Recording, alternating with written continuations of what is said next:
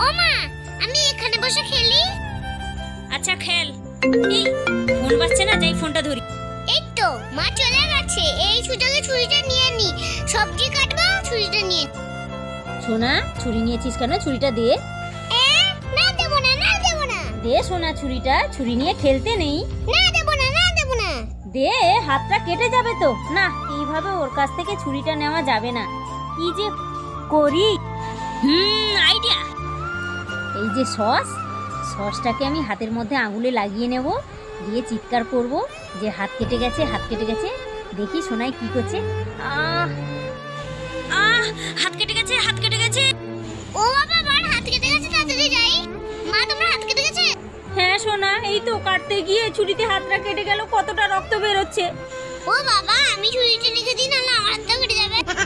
হ্যাঁ, ঠিকঠাক কাজে লাগলো তো।